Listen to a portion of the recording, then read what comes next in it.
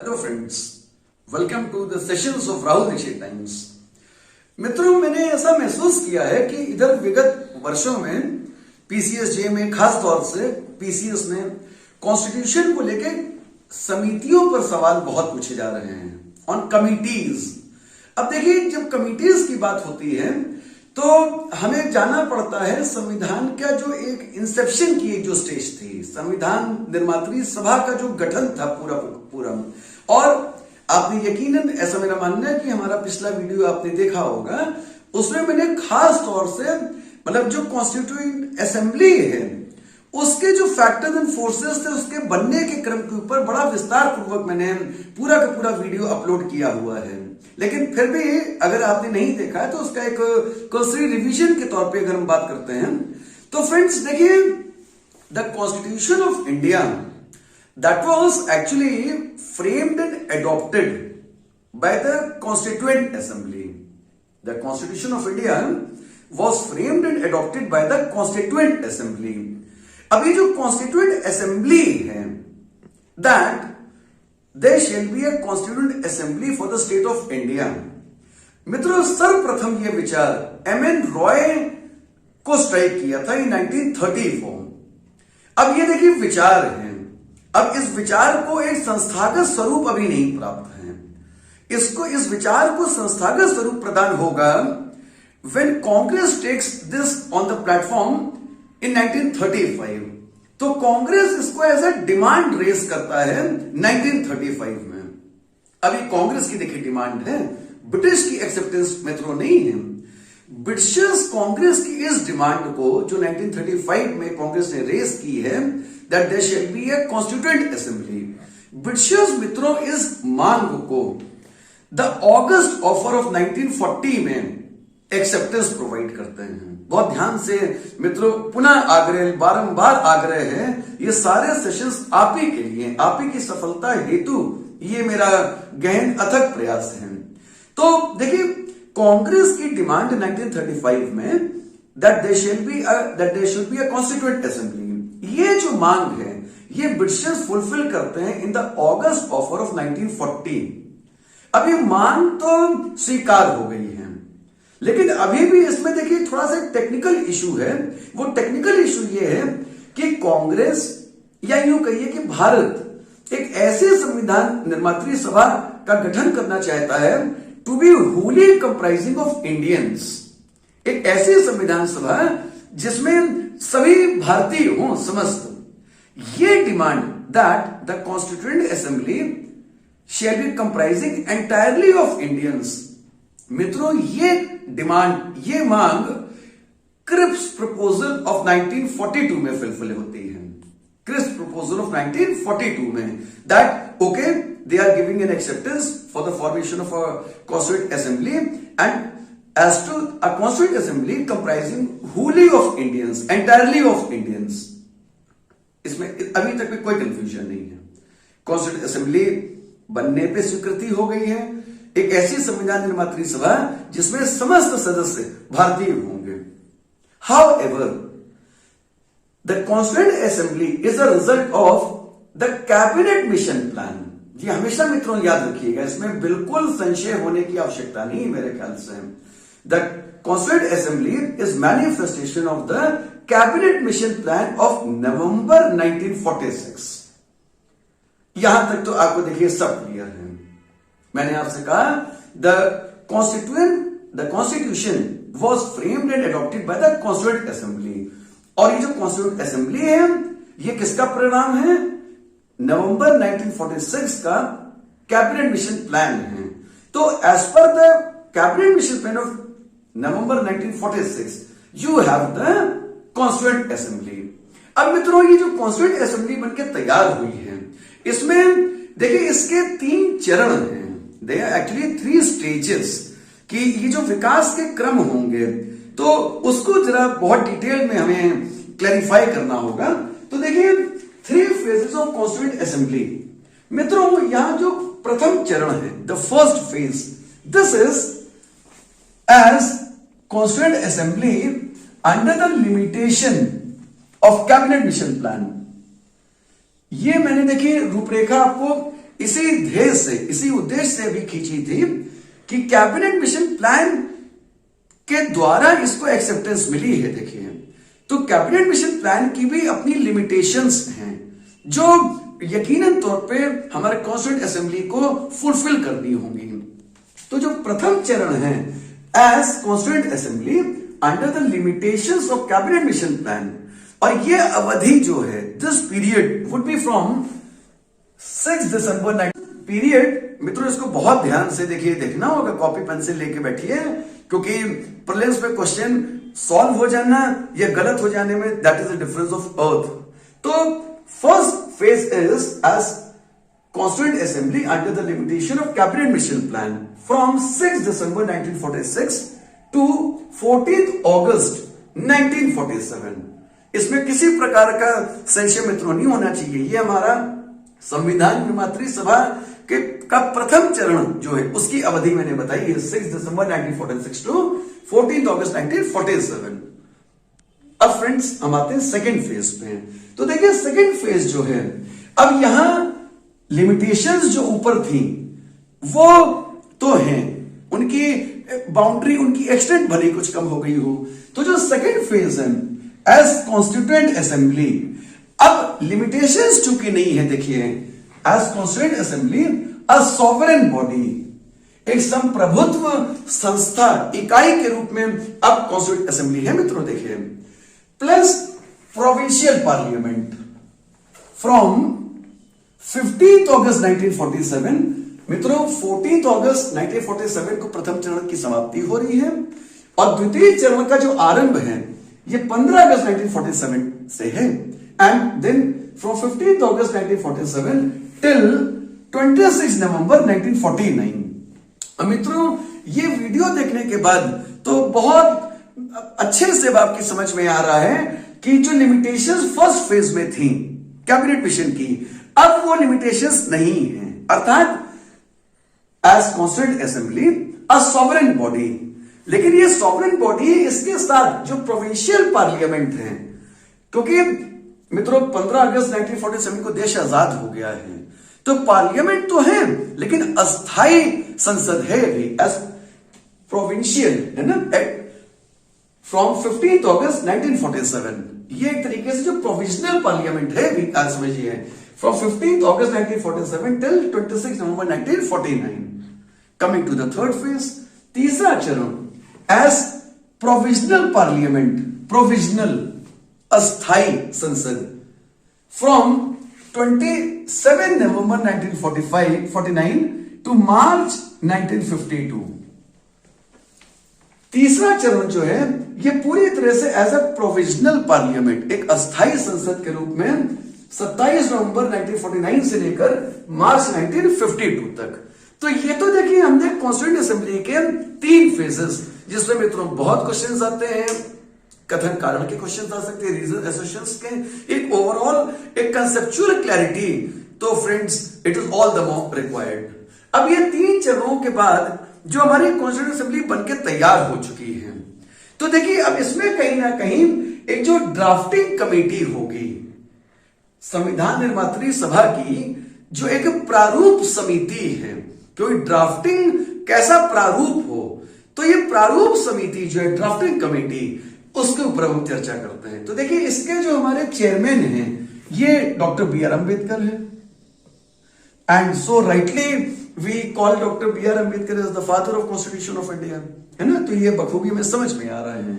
अब he is the chairman doctor B R Ambedkar. अब इनके बाद जो मेंबर्स हैं, तो मित्रों देखिए 6 मेंबर्स हैं इसमें, बहुत क्लैरिटी होनी चाहिए आपको। कई बार आता है कि which of the following were not the members of constituent assembly, या इनमें से कौन कौन थे। तो इसमें सबसे पहले first is N Gopalaswami Ayyangar, N Gopalaswami Ayyangar. Copy pencil लेके बैठिए, बार बार हमारे वीडियोस को देखते रहिए, यहां तक कि आपको याद हो जाए। N Gopalaswami Ayyangar. Second is Alladi Krishna Swami Iyer, Alladi Krishna Swami Iyer. Third is K M Munshi, K M Munshi. Fourth is Mohammad Saadullah, Mohammad Saadullah. Fifth is BL Mitter, हालांकि he is replaced by N Madhav Rao. तो BL Mitter is replaced by N Madhav Rao. और जो हमारे छठवें सदस्य हैं, the sixth member is DP Khaitan. Even friends, we will see that within the course of this drafting committee, he died. So DP Khaitan died in 1948, और इनके स्थान पर मित्रों he is replaced by TT Krishnamachari. DP Khaitan, the sixth member, he died during the course of the drafting committee, and he is being replaced by TT Krishnamachari. तो देखिए ये मित्रों हमारे पूरे प्रारूप समिति के 6 सदस्य हैं, जो इनमें कुछ तो थे जिनमें पूर्ण अवधि पूरे रहे, और कुछ ऐसे थे जिनमें 2 हम देख रहे हैं कि दे आर बीइंग रिप्लेस्ड। ये थी बात हमारी ड्राफ्टिंग कमेटी को लेकर। नाउ फ्रेंड्स, अब ये जो कॉन्स्टिट्यूएंट असेंबली है पूरी की पूरी, तो अब देखिए डॉक्टर BR अम्बेडकर के नेतृत्व में, कुशल मार्गदर्शन में पूरा जो संविधान निर्मात्री सभा है, अब इसमें देखिए कई बारीकियां होंगी, ऐसे बहुत से पहलू होंगे जिसके ऊपर आप जब तक एक कार्य दल, एक समिति पृथक रूप से गठित नहीं करेंगे तो this would be very difficult. और इसके लिए जो हमारी कॉन्स्टिट्यूएंट असेंबली है, दिस अपॉइंटेड 22 कमिटीज, इसने 22 समितियों की स्थापना की है, जिनके माध्यम से जिनके मैं कह सकता हूं रिकमेंडेशंस के ऊपर आगे separate topics of prime importance to the nation, उनके ऊपर कमेटी की क्या रिकमेंडेशंस आई है, तो वो कमिटीज कौन कौन सी हैं। तो देखिए out of this 22 committees which are there to deal with the entire constitution making process, out of this 22 friends, इसमें जो 10 हैं, 10 are committees on procedural affairs. 10 committees are oriented for procedural affairs, और 12 इसमें जो हैं they are to deal with substantive affairs. तो आपको ये पता होना चाहिए कि 22 कमिटीज कॉन्स्टिट्यूएंट असेंबली ने अपॉइंट की थी, जिसके अंतर्गत 10 are for procedural affairs and 12 are for substantive affairs. अब मित्रों इसको अलग अलग हम देखते हैं। इसमें सबसे पहले we are going to cover the 10 procedural affairs committees. तो ये जो 10 प्रोसीजरल अफेयर्स को लेके हैं, इसमें देखिए first committee is steering committee, steering committee, और इसके चेयरमैन है KM मुंशी। पूछी गई मित्रों कई बार steering committee. Second is rules of procedure committee, इसके चेयरमैन है Rajendra Prasad, rules of procedure. Third is house committee. Fourth is Hindi translation committee, note करते चलिएगा मित्रों। The fifth is Urdu translation committee.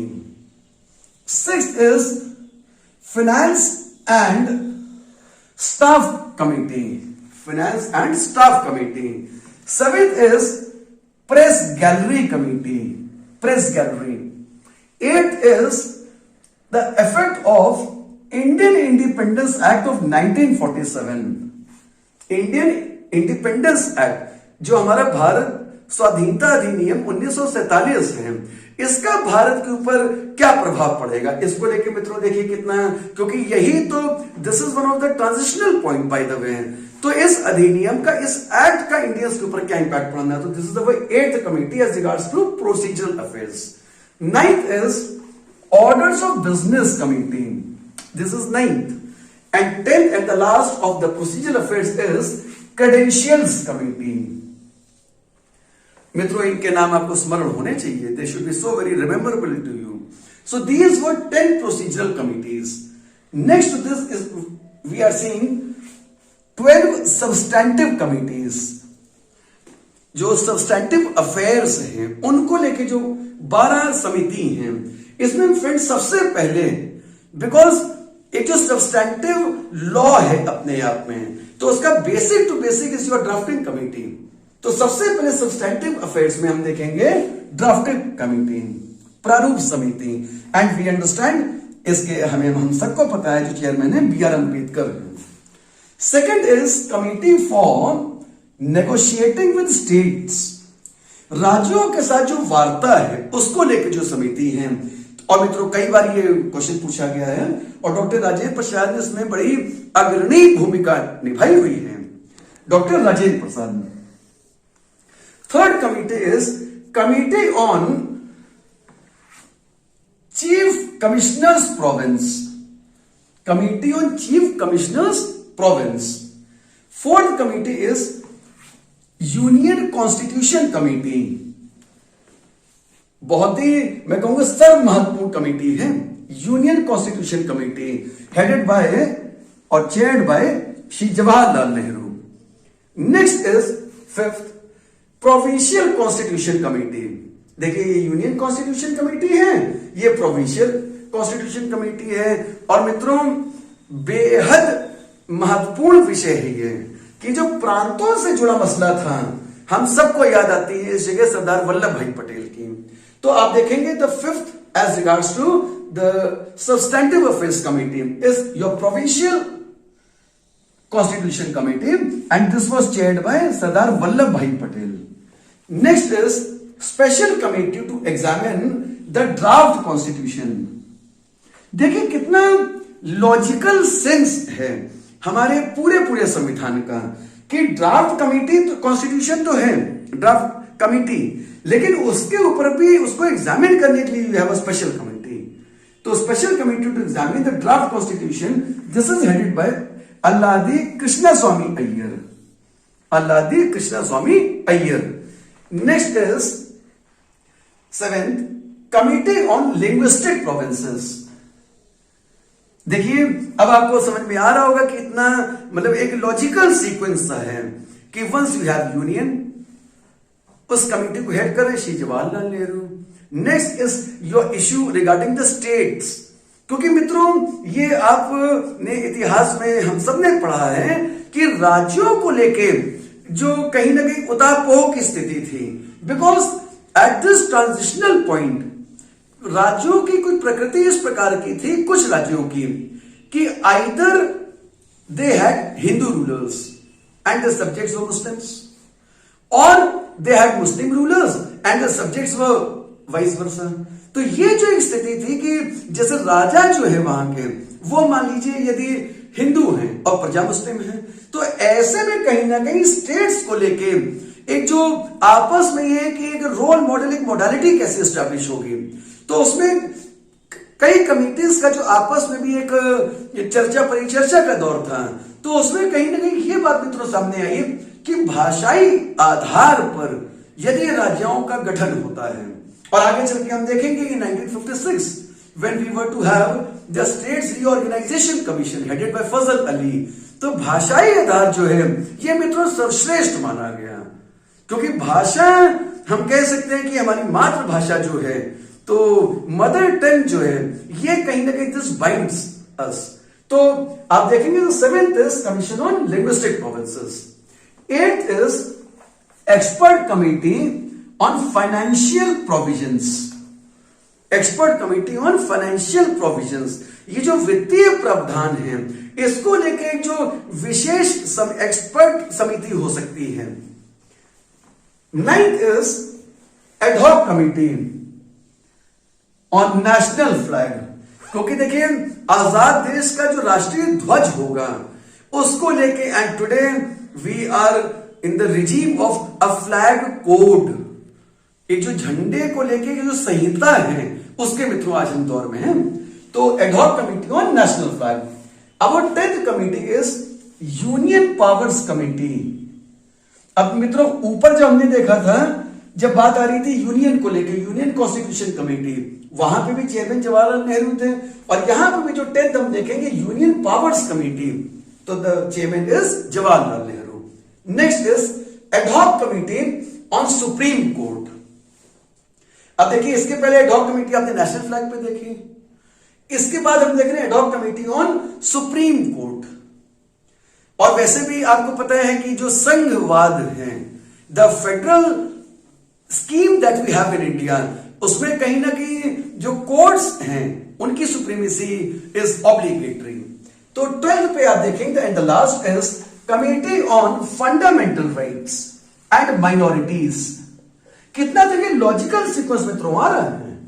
तो कमिटी ऑन फंडामेंटल राइट्स, मौलिक अधिकार एंड माइनॉरिटीज, तो इसको लेके हेडिंग जो कर रहे हैं आपके चेयरमैन, ही सरदार वल्लभ भाई पटेल।